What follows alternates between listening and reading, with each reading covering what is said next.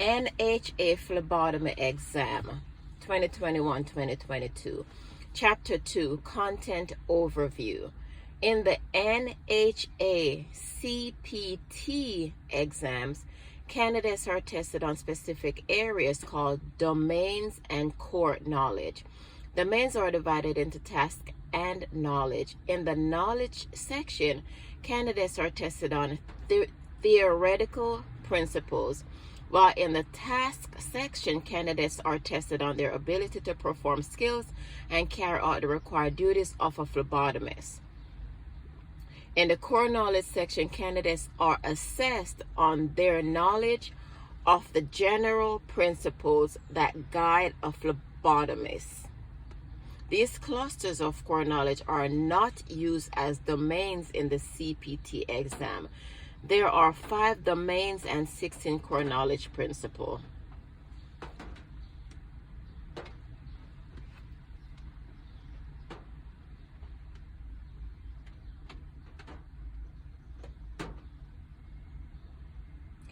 Domain 1.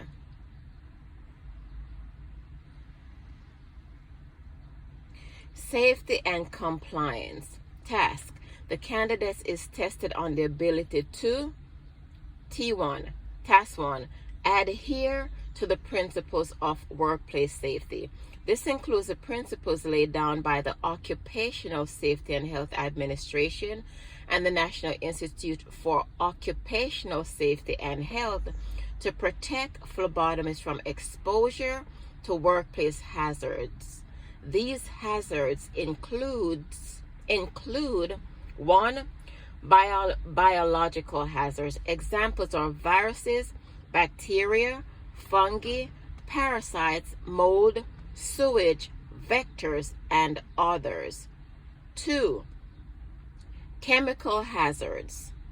These hazards are non-biological substances that cause local and systematic adverse reactions. Examples include reagents, chemical solution, drugs, radioactive substances, acids, alkalis, and others.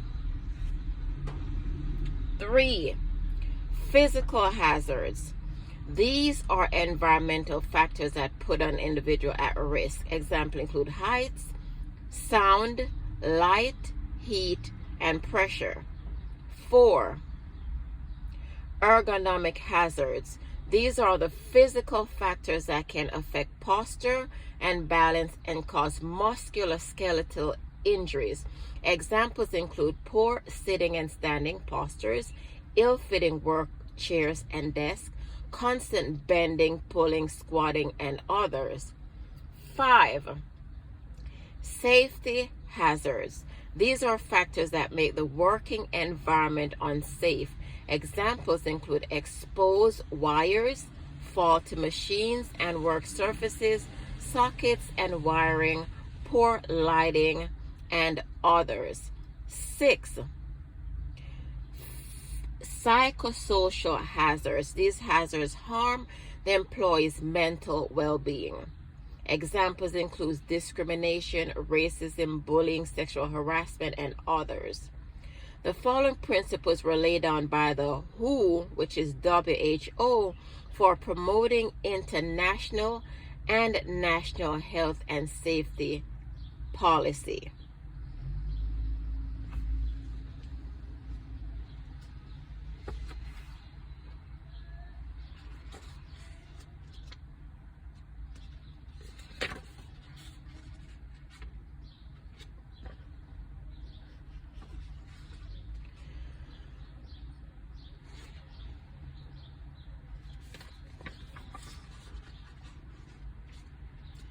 Now, it's 11. Okay, so it's 11 principles that were laid down by the WHO for promoting international and national health and safety policy. 1. Avoid all potential hazards. 2. Use a safe technology. 3. Optimization of working conditions. 4. integrate production with health and safety activities. 5. The government's responsibility, authority, and competency in developing and controlling working conditions. 6. The primary responsibility of the employer in promoting health and safety. 8. Cooperation and collaboration among employers and their employees. 9. The employee's right to participate in decisions affecting his working conditions. 10. Continuous follow-up and development of occupational health. 11.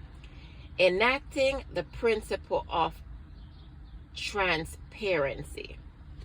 Now this is going to be task number 2. Ability to adhere to principles of operational standard. This includes the standards set by the organization like the Center of Disease Control, the Joint Commission, and Clinical and Laboratory Standards Institute. These principles guide the practice of phlebotomy processes like 1.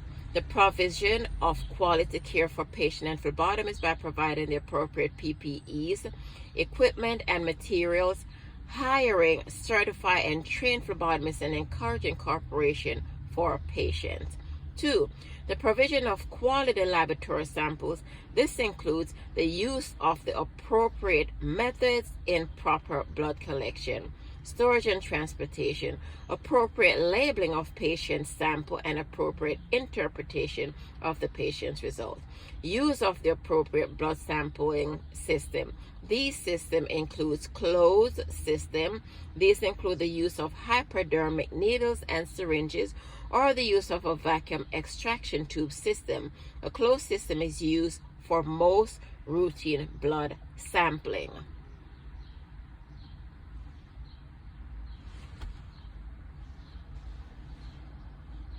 Open systems. These include the use of hypodermic needles and syringes that have a winged steel needle attached to it.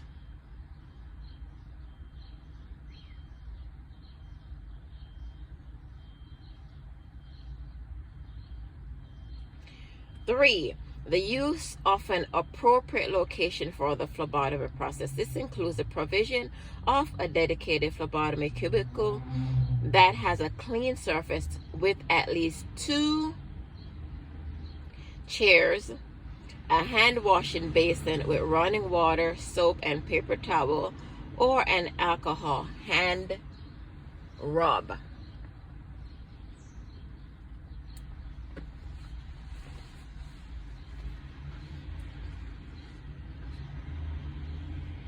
Four, the provision of clear instructions to patients to encourage their full cooperation.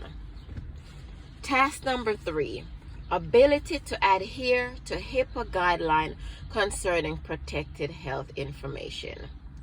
The Health Insurance Portability and Accountability Act for phlebotomists was created in 1996.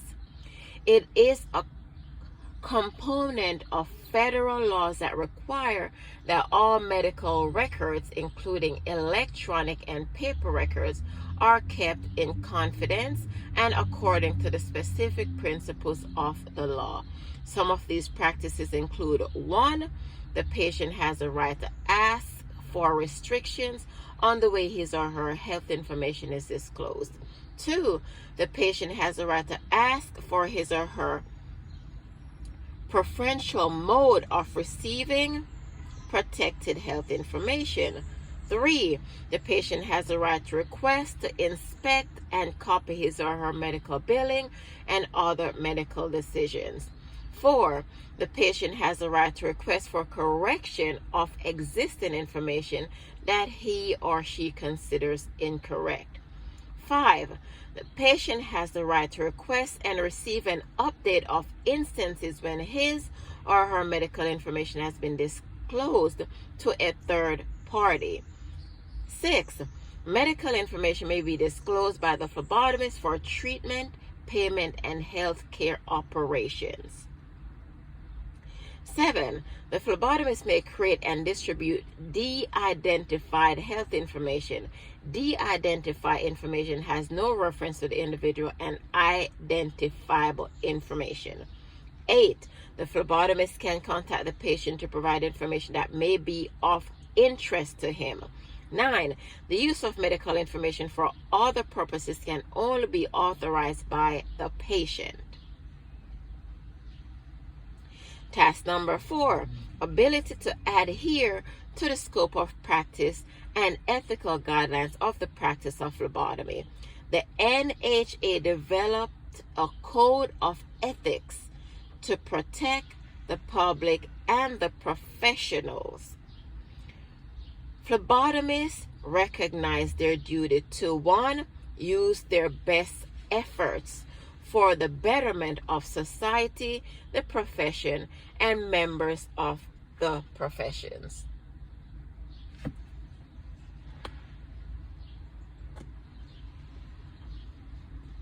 Two,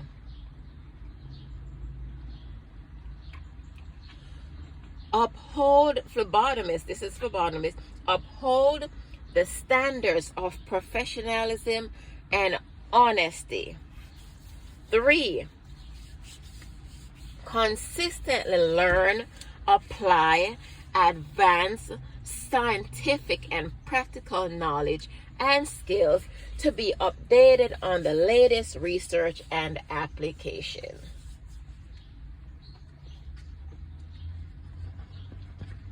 4, engage in activities that improve the health of their patients, society, and the health industry.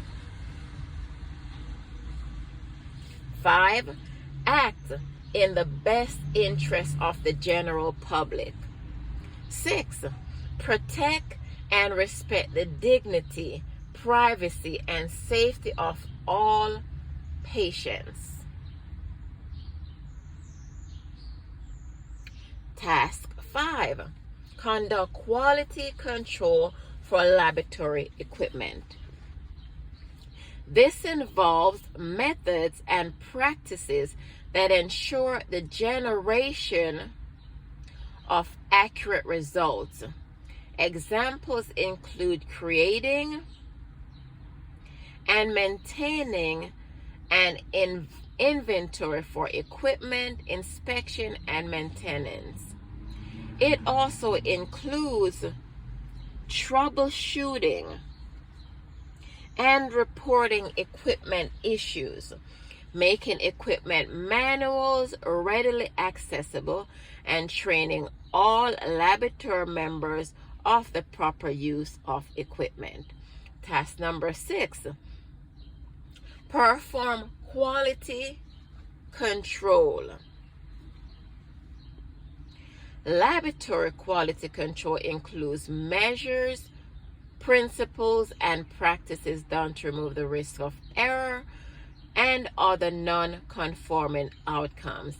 These measures ensure the possibility of generating accurate, prompt laboratory results.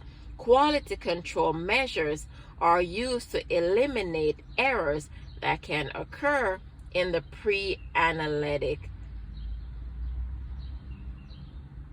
analytic, and post-analytic stages. 1. Pre-analytic errors.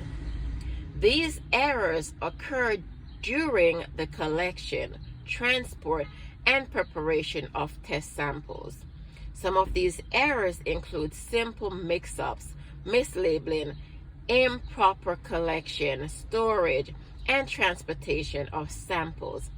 Quality control measures to eliminate errors in the pre-analytic stage include the proper collection of blood samples by adhering to the principles of standard operationals.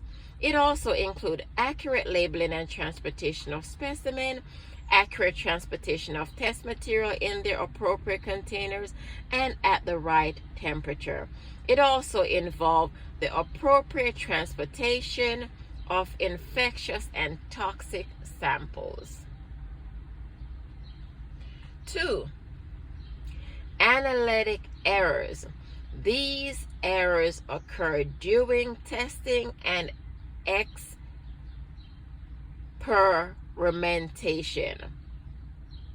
This can occur during the wrong use of reagents, the use of defective and non-calibrate equipment,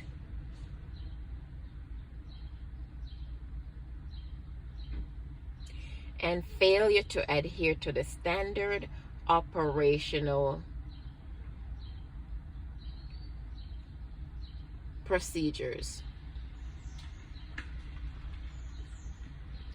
Quality control measures to eliminate errors in the analytic stage include proper collaboration of all controls and appropriate sanctioning of personnel who violate the principles of standard operating procedure.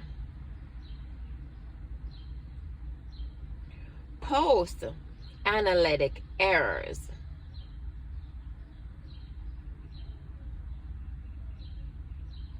These errors occur during the calculation, recording, and interpretation of results.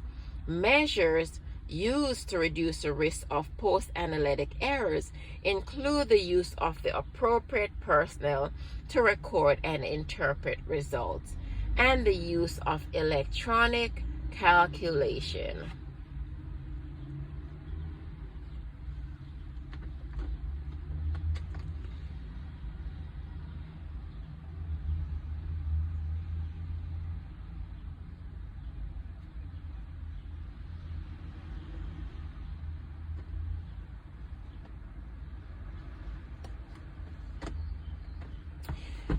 Task number 7, identification and disposal of sharps and biohazards according to the bloodborne pathogen standard. According to OSHA's bloodborne pathogen standard, 1. Sharps containers must either be labeled with the universal hazard symbol or color coded as red. 2. Sharps containers are kept upright and not allowed to overfill. 3. These containers must be closed immediately before removal to prevent leakage during handling, transport, or storage. 4. Reusable containers are not opened, emptied, or manually cleaned in any manner that would expose employees to pricks and injuries. 5. Sharps container can be made from either cardboard or plastic as long as they are closable, puncture resistant, leak proof, and properly labeled or color coded. 7. Biohazards / regulated waste according to the OSHA standard.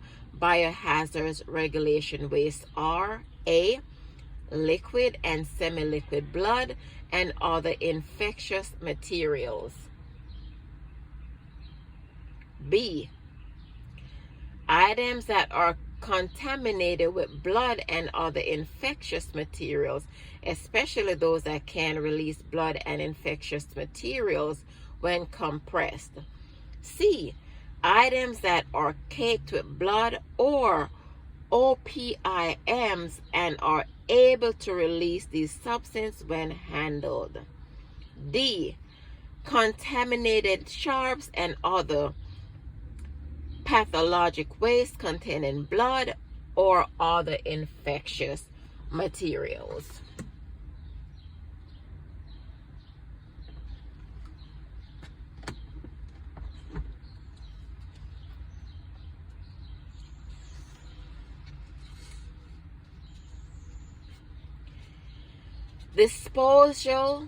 Disposal of regulated waste.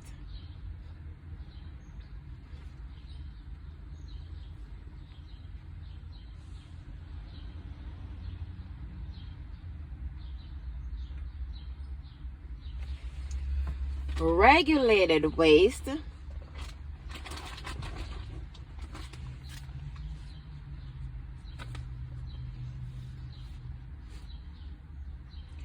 are disposed of according to the state's regulation.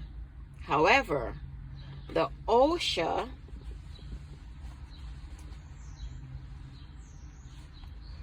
requires that regulated waste be disposed of in containers that are closable. 2, built to contain contents and prevent leakage during handling and transportation. 3, labeled or color-coded appropriately. 4, closed before removal to prevent the spillage of content.